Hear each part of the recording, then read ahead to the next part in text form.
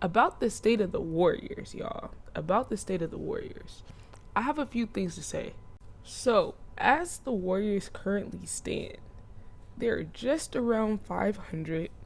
We're about 22, 23 games into the season. I think they have a game today. I'm really concerned. Now, funny enough, as I was recording this video yesterday before the Suns game, something told me to just wait until the actual game happened because there might be something that I wanted to talk about from the game to include in the video. I was thinking maybe it was like rotations or something, but of course not. No. It was Draymond Green once again at it with the antics. I I just don't know what to tell y'all at this point. I've been beating this drum. I've been over Draymond since about 2019. And you know what? I'm blaming this on the team. Like, the team has to be held accountable. Steph, as the leader of the team, Steve Kerr, the organization, for enabling this behavior all these years. I mean, we've all seen the Draymond Green mixtape, right? Like, all his career highlights, but no basketball highlights, only him doing BS and costing the team. Y'all know me. If you stuck around from when I was on Twitter Spaces, I've told y'all, when Draymond Green doesn't feel like he can win, he starts doing crazy stuff. Go back to that season that Steph Curry was injured, and I believe 2020. Draymond Green was getting himself ejected from games left and right. Now, here's the thing. Draymond's actually been playing better, which is strange, but even though he's been hitting the three more, I've still noticed that offensive hesitancy is still there. You know, you can take the threes all you want, but if you're not putting pressure on the rim as a forward slash center, like, you're going to cost the team. And I've talked about the effect that this has had on his teammates for years. And I don't think him adding a three ball to his game right now is going to cover up for the fact that he's not an aggressive offensive player, which brings me into the points I'm going to make later in the video about the young guys in this team needing to adapt around them. Because as of right now, if you guys have seen what Draymond did, I'm going to put the video up. It's unexplainable. I mean, what do you say to this? How do you explain this? He's trying to quote unquote sell a call and then ends up fucking karate chopping Nurkic in the head. Like, how do you even explain that? I mean, he said he was trying to sell a call, but I mean, that's just egregious. I wouldn't be surprised if he's suspended for like 20 plus games. And as of right now, I believe we have an update that I should put on the screen about the decision, but I mean, he deserves whatever penalty is coming towards him. He can miss me with the boo-hoo, oh, they're using my reputation against me. Look, bro, you built the reputation, so you got to deal with the consequences. And you know what? He deserves to get suspended for the rest of the season if they want to. I mean, I'm not saying I want that, but you know what? I'm one person who was on the keep Jordan Poole instead of Draymond train, but I knew for most of the fan base and probably Steph Curry, that would have been a little premature. And I'm cool with being on the outside of it, right? But now it kind of looks like I might have been onto something. I mean, what good is all the improvements he's made if he can't even be on the court? He can't control himself. He just choked out Rudy Gobert just a few weeks ago. This guy literally needs some help. I mean, I think keeping him on this team with all these enablers around him is a detriment to himself at this point. I don't think what's going on with him, I don't know. Personally, I feel like that brother needed help. I'm glad he not tried to choke me, but at the same time, it had nothing to do with basketball, man. Like, I'm just out there trying to play basketball, you know, they're swinging. I think we saw that often, but hope he, you know, whatever he got in his life, will get better. So, I mean, y'all let me know what y'all think. Do y'all think Draymond Green should be getting suspended for the rest of the season? As of right now, it's an indefinite suspension and is contingent upon him doing some activities or requirements by the league and the Warriors organization. I would like more details on that, but for now, that's pretty much all we have. But, I mean, this is just disgusting. I really don't know what to say. Like, I'm genuinely concerned for his mental health because if you're acting like this now, you're only going to decline more, buddy. So the young guys are only going to step up more. The pressure's only going to get tougher. I first brought this up after the 2022 Finals championship that the Warriors won. Draymond Green mentioned after one of the games where I believe he either got a tech or got ejected or something versus the Celtics, he was saying that his mom and his wife told him to calm down the antics. He did it and the team lost. Therefore, that's when he knew he couldn't listen to other people about toning down who he was, because him being himself is what got him to the level he's at. But I think for me, I just let too much noise get into my head about all the other stuff. And so in turn, I let that drag my intensity level down. I let it, I'm going into the game like, all right, I'm not going to say this. I'm not going to do that. I'm not going to get a referees a chance to call a tech and blah, blah, blah, blah, blah. And I did the exact opposite of what I said I was going to do or what I needed to do. I did the exact opposite. I actually did what most people think I should do.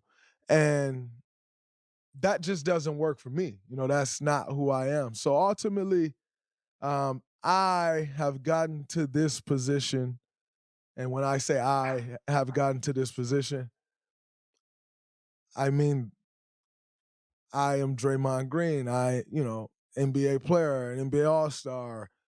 The list goes on and on. I've gotten there by simply being me and trusting in who I am, trusting in what I bring to the court, and ultimately kind of just blocking out the noise because there's always noise. Right?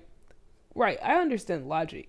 But the red flag to me was this guy basically just said unless he's doing antics and extracurriculars, he doesn't feel like he can contribute to a team. And that kind of rings some alarm bells in my mind where I'm like, if he doesn't feel like he can make an impact on the team with his actual play and skill set, and he thinks he has to do these other things that cost the team, that got him ejected from multiple games in order to play, is that not a sign of a bigger problem? And now we're seeing that presented over and over and over again. So the question is, what are the Warriors going to do about this? But we'll get into some of the other more particular details a little bit later into the video. I'm really concerned. I wanted to give them 20 games like Steve Kerr said. He mentioned it in an interview. He's not going to make any significant changes since they're about 20 games in. Well, we're past that point now. I want to know what you guys think about it as I proceed to give you guys my thoughts. So it's a little interesting, the predicament that the Warriors are in. I just saw odds for Steph Curry's next team drop literally like the other day. And I was like, dude, no, it's not time for that yet. But the fact that people are thinking about it has me like, hey, yo. And one of the things us Warriors and Steph Curry fans in particular have really put emphasis on is not wanting this team to waste Steph Curry's prime. And the situation that the Warriors are in right now, it's very interesting because we're starting to see cracks in this dynasty. People have been trying to call it early for years. They said it in 2019, the dynasty was over. 2020, 2021. Then in 2022, they proved everybody wrong and won with the roster that really, and we're being honest, like, that was a very interesting roster that a lot of people weren't, if we're being honest, not expecting that team to be a championship level team when it first got put together. But because Steph Curry's so great and we had Andrew Wiggins having an out-of-body experience, they won that championship. And, of course, give Jordan Poole his 10s. And on the note of Jordan Poole, that's really kind of the main thing that I want to talk about today. Not Jordan specifically, but just what he represented to me as a Warriors fan. When Jordan Poole first came to this Warriors team, I was really excited. But at that point, we hadn't had any young guys with that much potential, even though he was at the end of the draft. The Warriors haven't had that quality and potential of a guy that could potentially create his own shot and things like that. So I really had no expectations in terms of development or anything like that. To me, he was a great surprise of a player considering that he was, I believe, the 28th pick in the draft. But I slowly started to realize that he wasn't going to get the opportunity that I thought he would because of Steve Kerr's philosophy. And that was the first time that I realized, oh, just because we get talent doesn't mean they're actually going to play. And that was a recurring theme over the next few drafts that the Warriors would have, where they got even luckier and were able to even draft even higher picks. But as we can see, Jordan Poole, despite all of his flaws, was still able to contribute to a championship team and provided the team with something that Steph Curry has never had, which was another shot creator that could actually take pressure off of him, handle the ball, and kind of a bench and starter-esque role. I mean, we saw him able to do that. So when I saw Jordan Poole, when Klay came back, and despite him playing that well, they automatically started Klay, I realized, oh, okay, so it doesn't matter how good he plays. He's always going to be second fiddle. And we started to see that become an issue as he continued on, which in his experience, like, that's valid, right? If I'm busting a guy's ass and I'm cooking him in practice and I'm playing better than him in the game, you know, like, it's kind of hard to keep telling the guy, hey, keep waiting your turn, and then you penalize him for mistakes, but then you don't penalize the veteran for the mistakes. It's kind of a hard predicament to be in, and even under those difficult circumstances, he still thrived and had one of the best playoff debuts we've seen in a while. So I want to give Jordan Poole his credit, but I also got to question the Warriors organization for not holding Draymond Green accountable for what he did. We all know the incident, right? But that, to me, was the beginning of the end of, you know, this Warriors team being able to claim that Warriors culture is real and this is a system where everyone eats. We clearly saw that was not a thing. So moving on, the Warriors drafted Wiseman when they could have gone for Tyrese Halliburton, even though we heard a lot of good things that they loved about Tyrese Halliburton, they still did not draft him. And you can obviously see what that man is doing right now. He's looking amazing. He's averaging like 29, like 12, 13 assists, and like 5, 6, 7 rebounds. I mean, the guy's incredible. I enjoy basketball, so I like watching him. And he's just the perfect Warrior system guy. And what you can see is the Warriors organization was trying to swing for the fences, going with someone like Wiseman, even though if you understand the psychology of Steve Kerr and the way the Warriors like to play, you clearly could have seen that it was going to be a tough fit anyway. And then you add in the injuries he had. You know, they should have went with the more safe pick, but they were trying to think big picture because then they're able to get Kuminga and Moody, who were two other great picks, and they had Jordan Poole the draft before Wiseman. And if we're being honest about the team and the coaching, Steve Kerr is not the type of coach to be developing young guys. If we're being like completely honest here, Steve Kerr is not that guy. He's the guy that can raise the ceiling on a team that's already good. He's the guy that can manage the egos of the veterans who are in their prime. And I do say the veterans who are in their prime for a reason. We're going to visit that a little bit later. But in terms of the development, I mean, it's been a complete failure. I mean, Jordan Poole, even though he's the best out of all the picks so far in terms of like someone able to contribute to a championship, he had to scratch and claw his way just into getting a chance. He showed potential and Steve Kerr utilized him the wrong way, which is a recurring theme when we start to look at the other picks. But Steve Kerr used him the wrong way.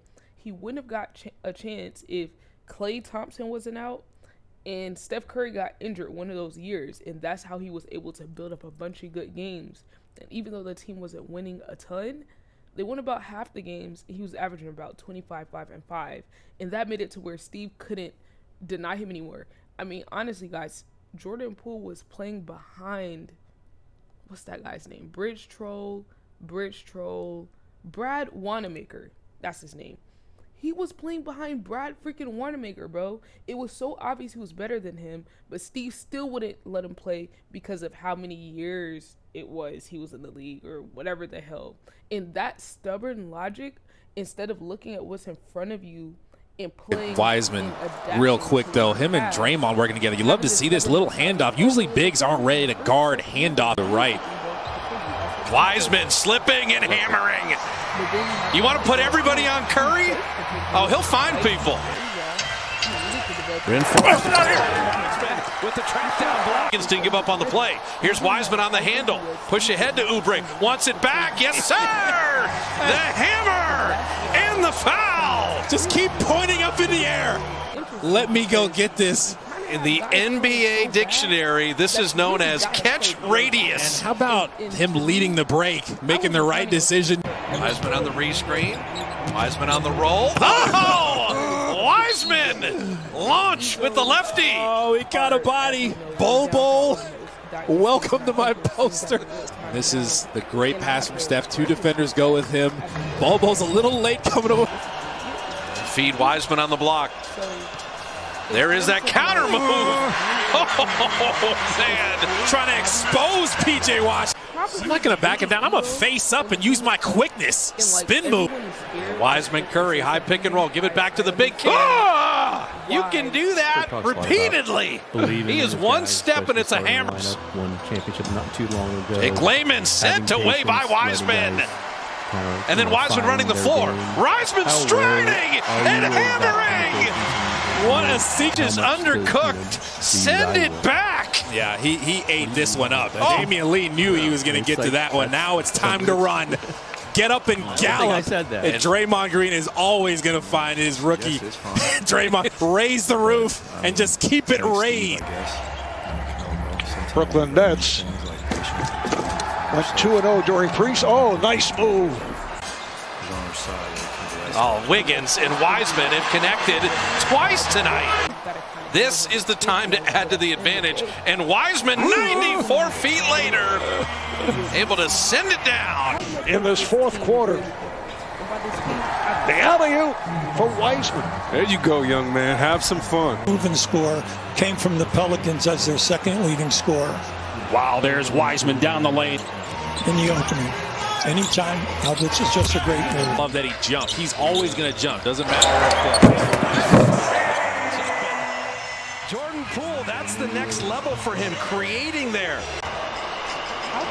Wiseman, what a little vision to Draymond there. In Cleveland, his return to the Cavaliers franchise where he eventually won a title. How about Wiseman with a block? Him out. Wiseman rolling, he's the decision maker, calls his own number and finishes. That trend defensively, get active with your hands, use your length. Another block for Wiseman. The contested threes probably aren't the best way to start the game. Wiseman wing jumper, and there's the Warriors' first bucket. Damian Lee saw it, stole it. Now Wiseman on the block. Little lefty hook is smooth. That's the way he liked to turn it. And it's a good decision to just catch it and come down with it. Now Wiseman soaring down the lane. Elevation. He's an athletic 7-footer. Going to be huge, as we talked about all season. There's that great executed play. Oh, now wow. Draymond, I think he threw that over Capella on purpose so Wiseman could hammer it. Now the Pistons are in his zone, I believe. Wiseman, a little top of the key jumper. Okay. And be in good positions in a lot of games like the Warriors are still. A little momentum for the Raptors. That's why they call it timeout. Oh, sealed by Wiseman. Oh, my goodness. If he develops this, he just sealed Siakam under the rim. Was going to pull back. Flip to Wiseman. Oh, get ready to watch that the next couple years. The angle of this. Steph loses it by Murray pretty easily. Aldridge has to come over. Just throw it up a little. Nope. Kelly Oubre on the kick out. Draymond made 1-3 earlier. That one off iron. Wiseman the rebound. Wiseman hammering it down. The Warriors will take this tape and throw it away. As Wiseman, nice spin move. And next series. How about Wiseman there on Gobert? Porter gave a 5.5. James Wiseman and Michael Mulder in. If they leave Steph, and that's what Wiseman can do off a miss. This whole bigs shooting threes. I like bigs near the rim. Well, it's just awful defense. Cosmetically close in the fourth. And Wiseman. Oh, my goodness. Oh, how about that left-handed hammer? He's still posterizing people. In the bubble for Denver. Paul Millsap struggled. Jeremy Grant picked up the slack. Wiseman, that 360 move. That spin move's becoming his kind of signature. Against him in the post. That didn't work. Draymond against him in the post, but that's the exact same play. They're running a stagger screen play where Steph is the first screen. Is a 50% three-point shooter to make him put it on the deck. Wiggins with the lob. Wiseman called for it. He saw him the whole way. He definitely had the injury and had to go to the locker room. There's Wiseman with a block.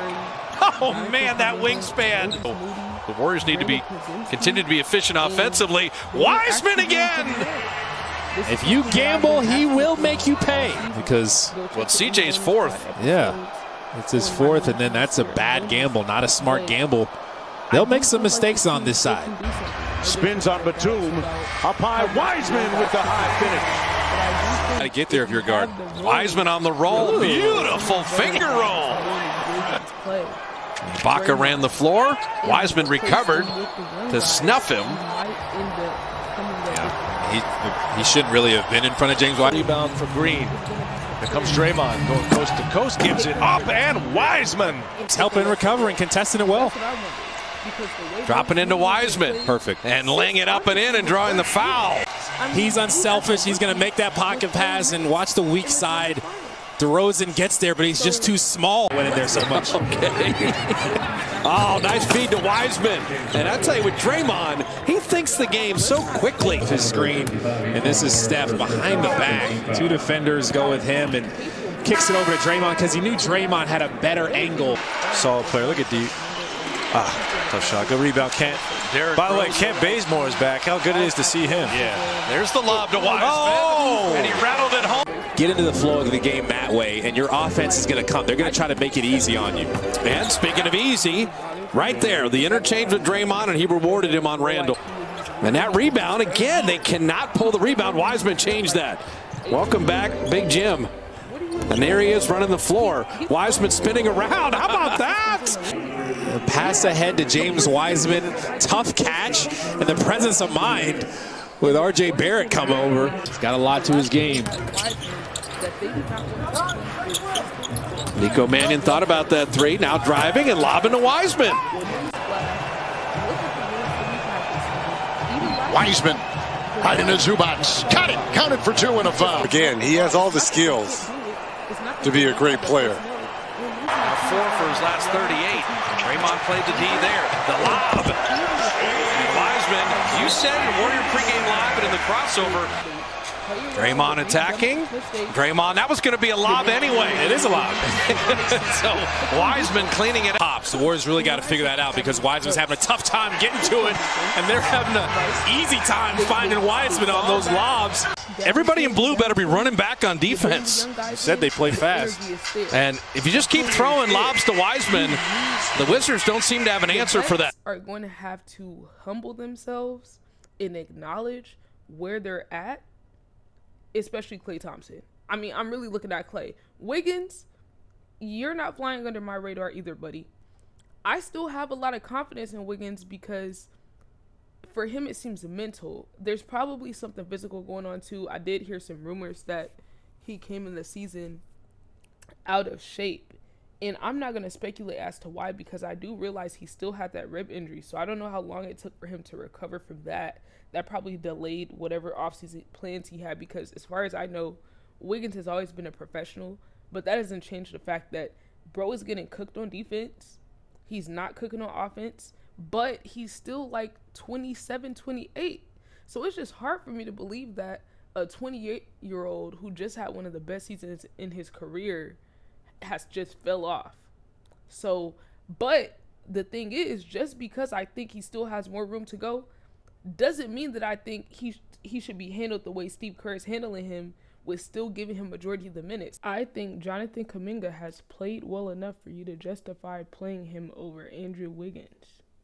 Like, to me, even if Kuminga does make mistakes, his mistakes are worth it. And that's the problem overall with Steve Kerr. He's valuing and giving more leash for the mistakes of the veterans than the young guys. When at this point, it's opportunity cost. You are losing development and building more confidence and skill in the young guys by continuing to play the older dudes even when they're bad. What you need to do is reestablish some type of accountability and some type of a standard, because as of right now, the Warriors culture is dead. How do you think the young guys feel when they're having one of their best games? Moses Moody, 2 times this season I watched, he had perfect shooting in 2 games back to back actually, and got pulled out the game in the most crucial moments for someone in Clay or Wiggins who ended up costing the game either on defense or on offense. And I'm not saying that these guys need to permanently start. What I am saying is that this is the type of team that needs to have a truly flexible starting lineup and closing lineup based off of who's playing the best. You got to bring the hunger back out of a guy like Clay and Wiggins. When you have these young guys on their heels and they're giving them that work and they're playing better than them on the court, you don't need to protect them from that. As a coach and as a team, y'all need to encourage it, because sometimes you got to dig deep and you got to face that competition. But when the coach and the players are protecting these players because they're vets from accountability, or they're protecting them from the smoke, they're going to lose that dog on the court against other dudes, because these other dudes aren't going to be taking it easy on them. These other dudes aren't going to be like, oh my God, it's Klay Thompson, let me go easy on him. No. In fact, they see barbecue chicken when they see Klay Thompson. So if Klay is not able to hold his own, then you know what? He needs to lose his position. If Wiggins is not able to hold his own, he needs to lose his position. And it doesn't mean that they're not going to get it back. It means that they need to dig deep and find that competitive fire, or just put in the work or evolve their game in order to match up with the hunger that the young guys have, because we need to feed off of that hunger that they have. And the only people holding them back is the coach. And we know why. We know why. Now, I'm going to close this off speculating here. I do think the Warriors are in a position to where they need to make a trade at the deadline. I'm interested to see. I see a lot of people saying CP3 needs to get traded. I do think I don't like him being on the team specifically because of how Steve Kerr's going to use him, because you can't give Steve Kerr too many small guards. He's going to be tempted to put all 4 of them niggas out on the court at the same time. And that you just can't let Steve Kerr have that type of option. As of right now, I'd rather have Podziemski getting minutes and building his skills and building his confidence, rather than having Chris Paul out there slowing the tempo down. The Warriors at their best when they play with pace, and I think that's what they need. So to me, it's like this team is really in a critical period where we're going to see Steph Curry. I need you to get on your LeBron. I need you to get like in the trade machine. I need you to have the talk with your guy. I mean, this is going to require an evolved and matured version of Steph Curry. Are you going to be willing to have the conversation with your brother, your splash bro, Klay Thompson, and say, hey, bro, we need you to embrace a new role to win? Because if Steph Curry can't keep it honest with his guys about needing the young guys and needing to drop the ego at the door to win, we're not going to win. We're not going anywhere. So we are going to see, is Steph Curry complacent? Is he content with the amount of chips he has? Or is he ready to embrace a new era where maybe his role dogs, Klay and Draymond, have different roles? Because as of right now, it seems like he wants it to work the way it is. But what happens when you got to face the music and it's not what you want it to be? And these guys aren't who they were before. It doesn't mean you got to go without them, but it does mean you might got to be the guy to break the news to them that, yeah, you're not who you were before, but we still need you. And we need you to embrace a new role so that we can actually win. As for the Warriors making a trade, I would like to see CP3 gone. I know they wanted that contract to expire, but I mean, if they're talking about winning, this is not a championship team. It's just not. So we're going to see. I'm honestly, like, the way they've been playing, I'm not excited to watch Warriors basketball. And honestly, if I'm being real with y'all, it's starting to feel like the beginning of the end. I know that's a little crazy to say, and maybe to some people it's a little premature, but this kind of looks like how most dynasties end up. It usually ends over egos, contracts, money. It also came out earlier today from Shams that Klay Thompson was offered a 2-year, $48 million-ish deal before the season, and he turned it down, presumably because he thought he could play better to prove the team wrong and show that he deserved more. And we can clearly see how that's going. I'm sure that's a factor weighing into the situation. But as of right now, the Warriors are not a championship team. And the question is Steph Curry willing to let the team pull the trigger and put all the cards on the table? I guess we'll see. But for now, it's looking like the end of a dynasty. Hey, if you made it to the end of the video, first of all, thank you so much. Second of all, make sure you guys leave a like, comment, and subscribe. Let me know what you guys thought about this. More content like this coming on the way. This is my first video of this style, so anyone that checked it out, I genuinely appreciate it. And let me know you made it to the end. You're a real one. If true, you are a real one. But make sure you guys drop a follow to all of my socials. The link tree is going to be in the description and in the comment section. Make sure you guys drop a follow to my Twitch and Kick channel to pull up to the live streams. You can pull up to NBA watch parties in the Discord if you come to the live stream on Twitch, or follow me on Twitter. I'll drop you the Discord link. But until next time, you guys, I'm outie.